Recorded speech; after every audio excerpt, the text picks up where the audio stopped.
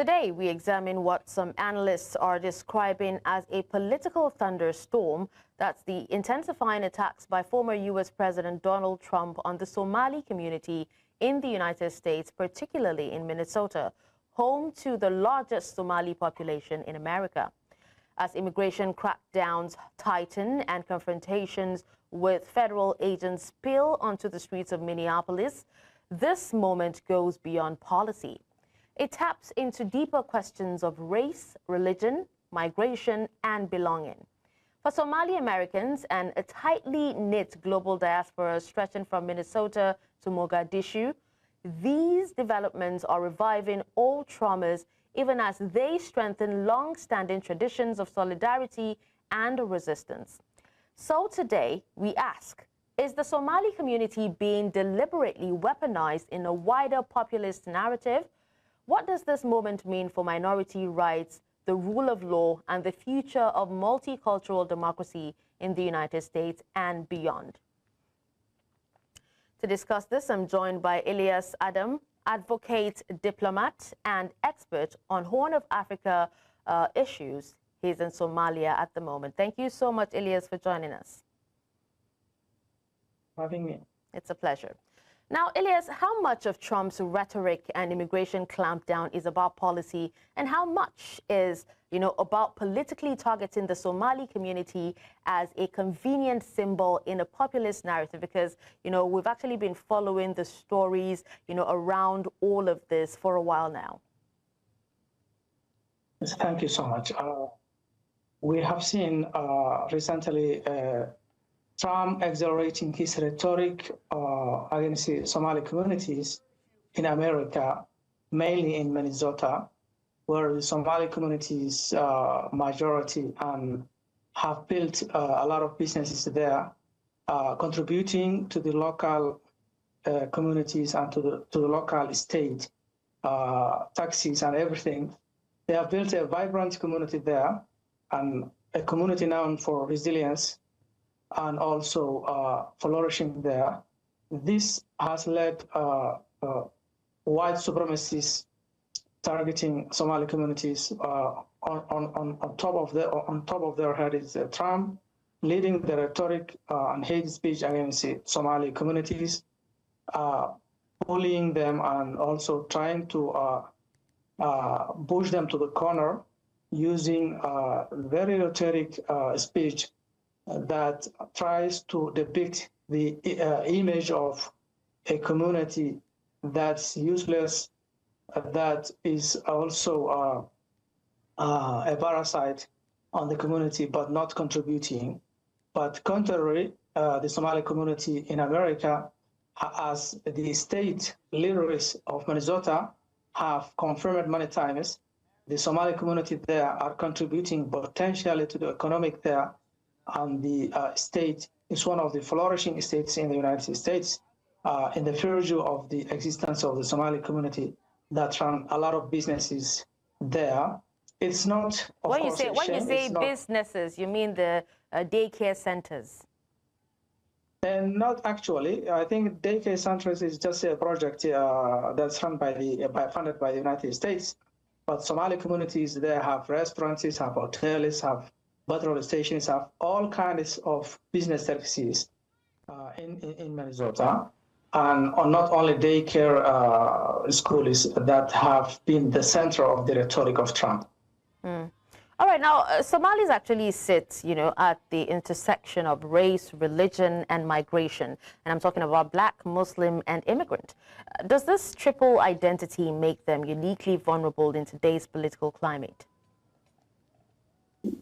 Yeah, yes, in a way, that's correct. That's right and correct, because these kind of characteristics of the Somali community makes them unique and targeted and an easy target, because Somali communities are a community.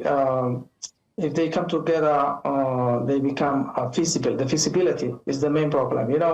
Visibility even has advantages and disadvantages. So one of the main disadvantages that now Somali community in Minnesota is suffering is visibility, because they have built a lot of economy there, and they are booming, and they are known to be very resilient in the face of crisis.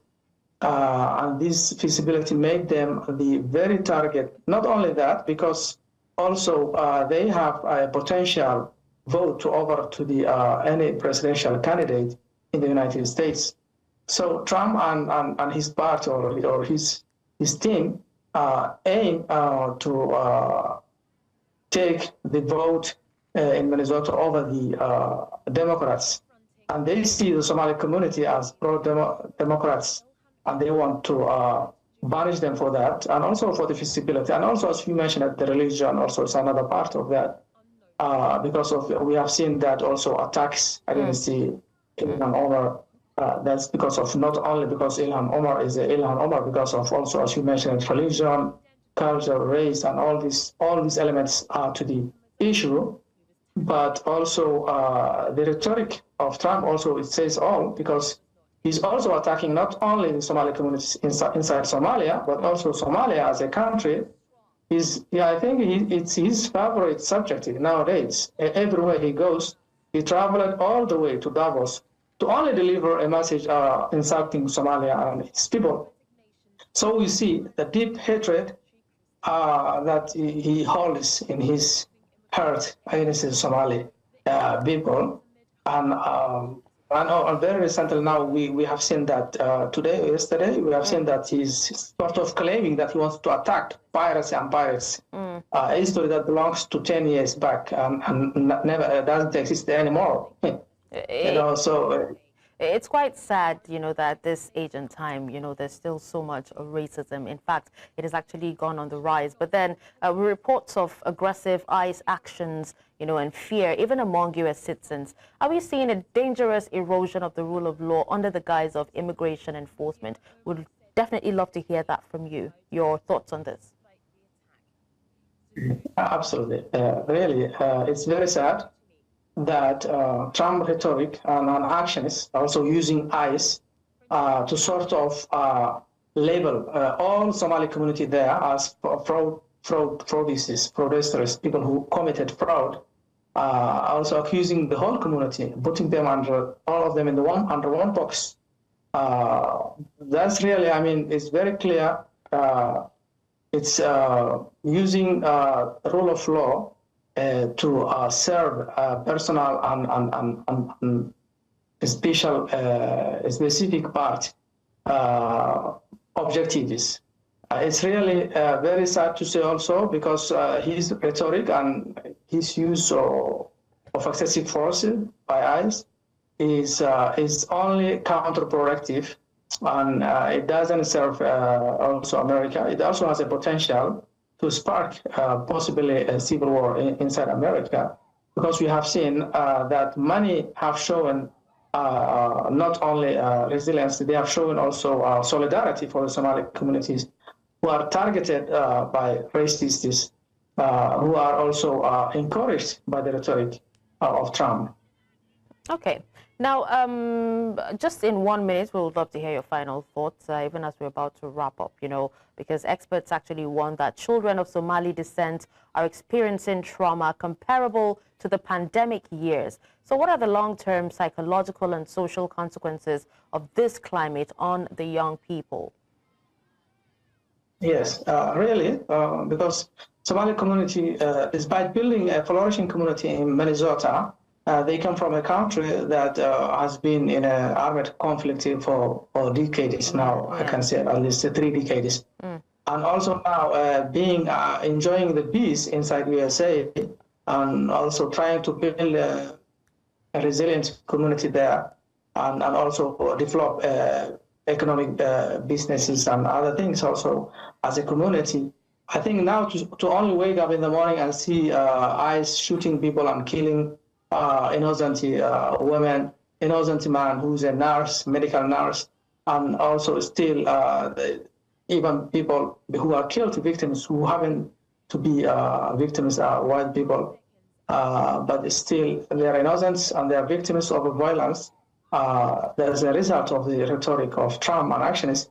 This has also a lot of the other side inflicted trauma on the children who are born in USA, because they have never seen such a violence and blood back home, and they were born there. And now only to wake up and see bloodshed in front of their houses, streets of Minnesota, because of Trump action, it's really very sad. This has a lot of community trauma, not only individual trauma. Okay.